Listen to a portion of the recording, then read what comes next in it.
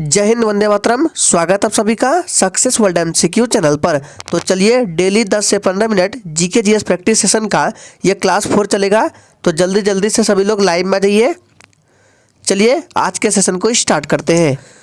तो आज के सेशन का सबसे पहला प्रश्न है, ऑस्ट्रेलिया महाद्वीप से कौन सी अक्षांश रेखा गुजरती है? भूमध्य रेखा, विषुवत रेखा, कर्क रेखा या फिर डी मकर रेखा। और आपको आंसर करने के लिए मैक्सिमम 5 सेकंड का टाइम दिया जाता है। प्रत्येक स्टूडेंट को लाइव चैट में आंसर करते जाना है।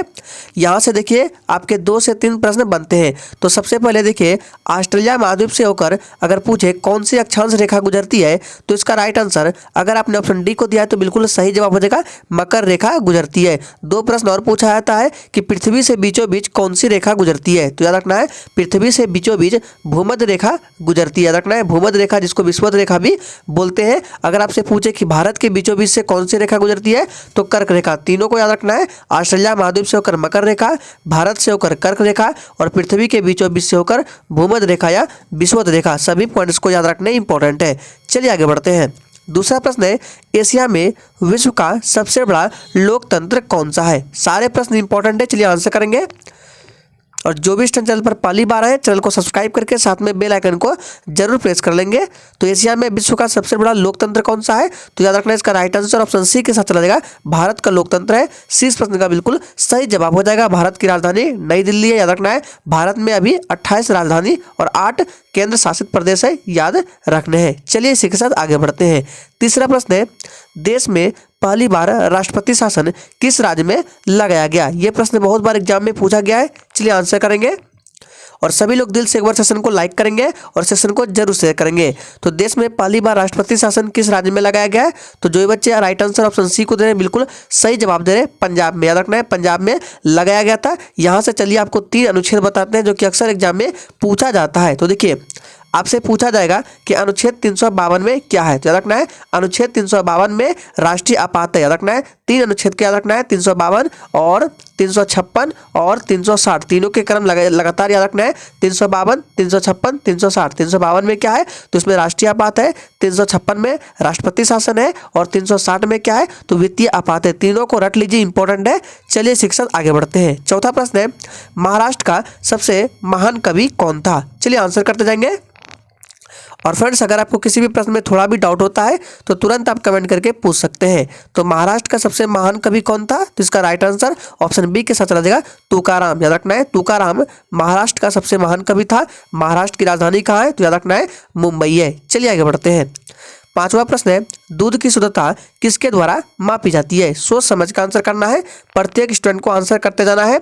चलिए सभी लोग दिल से एक बार सेशन को लाइक करेंगे और सेशन को जरूर शेयर करेंगे। तो दूध की शुद्धता किसके द्वारा मापी जाती है? तो देखिए ऑप्शन ए में जो है हाइड्रोमीटर, ये पानी से रिलेटेड है। लेक्टोमीटर दूध से संबंधित है। थर्मामीटर ये टेम्परेचर से संबंधित है। तो इसका राइट आंसर क्या हो जाएगा? दूध की शुद्धता किससे मापी जाती है? तो लेक्टोमीटर से मापी जाती है। ऑप्शन 20 प्रश्न का बिल्कुल सही जवाब हो जाएगा। एक प्रश्न पूछा जाता है कि श्वेत क्रांति, यहाँ से पूछा जाता है कि श्वेत क्रांति का संबंध किससे है? तो याद रखना है दुग्ध उत्पादन से है श्वेत क्रांति का संबंध। और भारत में श्वेत क्रांति के जनक कौन है? तो डॉक्टर वर्गीज कुरियन। याद रखना इंपॉर्टेंट है। चलिए आगे बढ़ते हैं।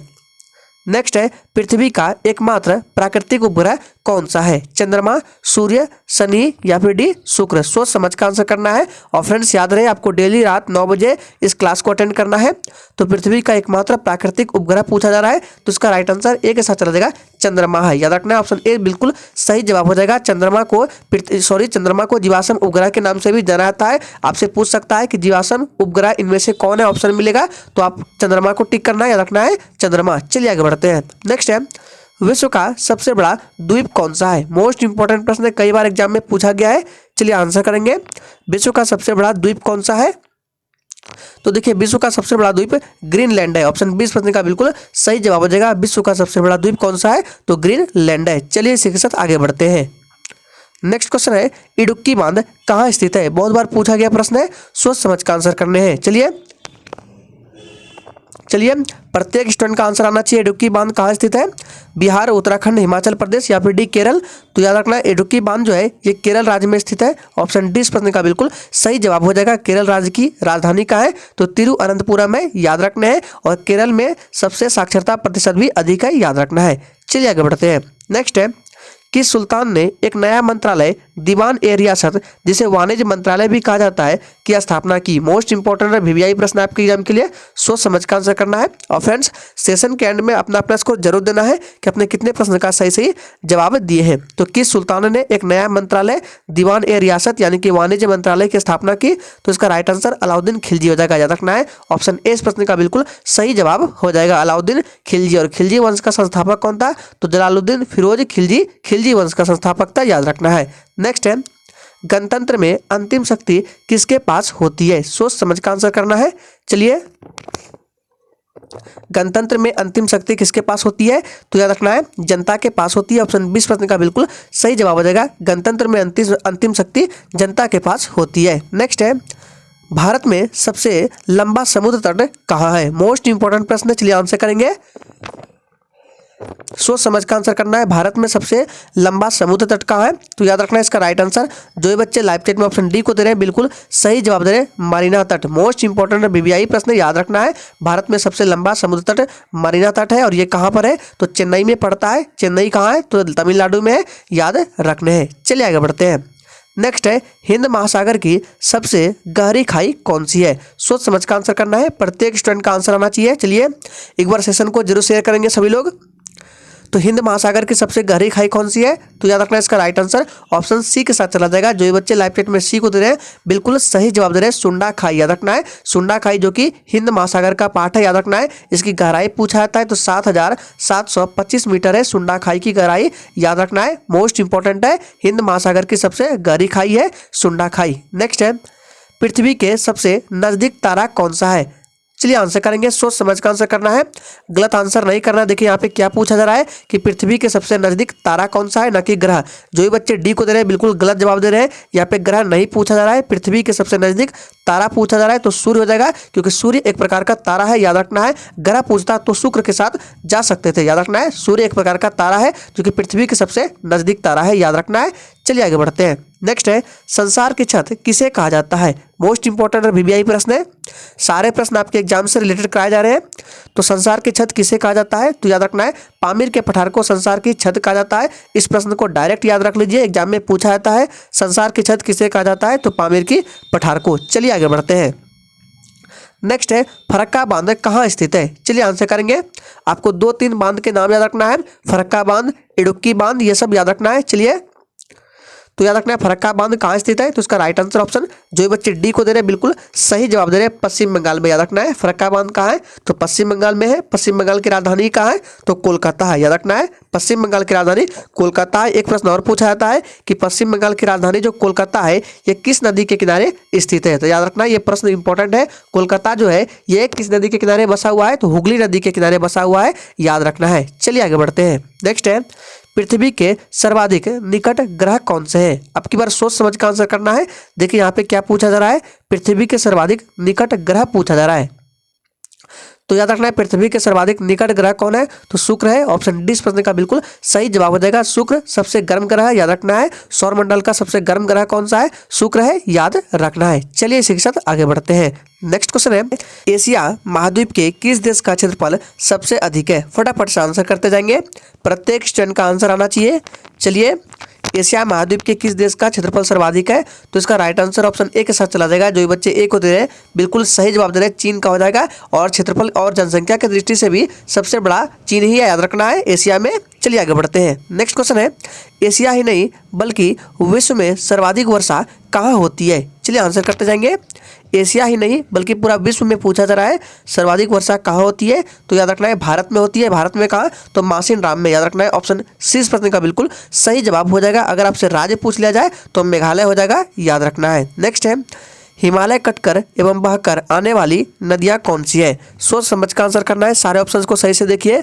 सतलज सिंधु गंगा, ब्रह्मपुत्र सतलज सिंधु, ब्रह्मपुत्र सिंधु गंगा, या फिर डी सतलज ब्रह्मपुत्र या यमुना। तो यहाँ पे पूछा जा रहा है हिमालय कटकर एवं बहकर आने वाली नदियाँ कौन कौन सी है? तो याद रखना है ब्रह्मपुत्र एक है, सतलज है और सिंधु है। इसका राइट आंसर बी के साथ चला जाएगा, याद रखना है। नेक्स्ट है, चुंबी घाटी किस राज्य में स्थित है? इंपॉर्टेंट प्रश्न है, चलिए आंसर करेंगे फटाफट से। हिमाचल प्रदेश, उत्तराखंड, कश्मीर या फिर डी सिक्किम।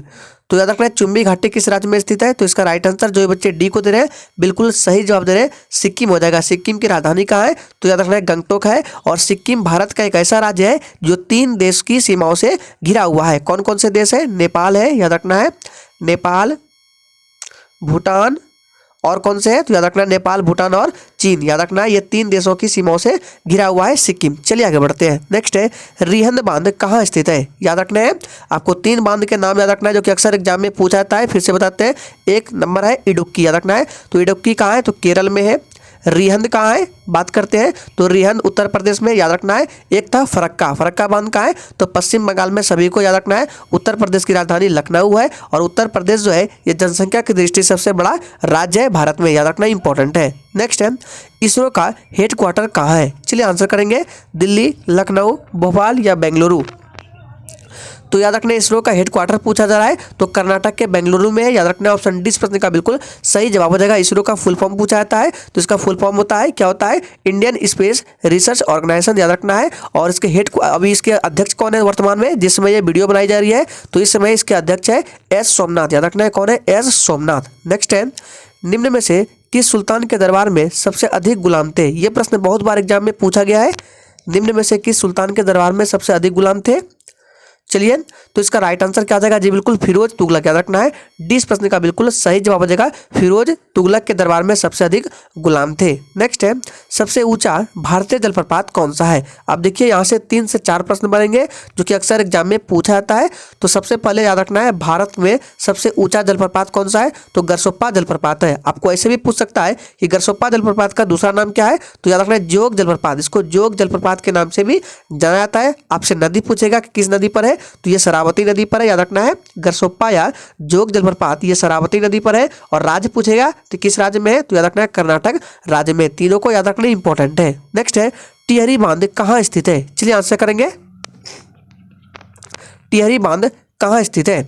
तो इसका सही जवाब जो बच्चे लाइव चैट में ऑप्शन बी को दे रहे हैं बिल्कुल सही जवाब दे रहे हैं, उत्तराखंड में स्थित है टिहरी बांध। याद रखना है किस नदी पर है? तो ये भागीरथी नदी पर है। याद रखना है नदी को भी याद रखना है, ये भागीरथी नदी पर है टिहरी बांध जो कि उत्तराखंड राज्य में है। नेक्स्ट है माउंट आबू में दिलवाड़ा मंदिर किस धर्म का है? फटाफट से आंसर करते जाएंगे। माउंट आबू में दिलवाड़ा मंदिर किस धर्म का है? सोच समझ कर आंसर करना है।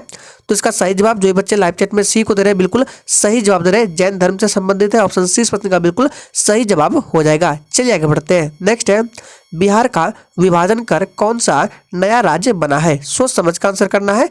चलिए बिहार का विभाजन कर कौन सा नया राज्य बना है? तो इसका राइट आंसर सी के साथ चला जाएगा झारखंड, याद रखना है सी इस प्रश्न का बिल्कुल सही जवाब हो जाएगा। चलिए आगे बढ़ते हैं। नेक्स्ट है हाइड्रोफोबिया रोग उत्पन्न होता है। चलिए आंसर करेंगे हाइड्रोफोबिया रोग उत्पन्न होता है विषाणु से, जीवाणु से, यीस्ट से या प्रोटोजोआ से।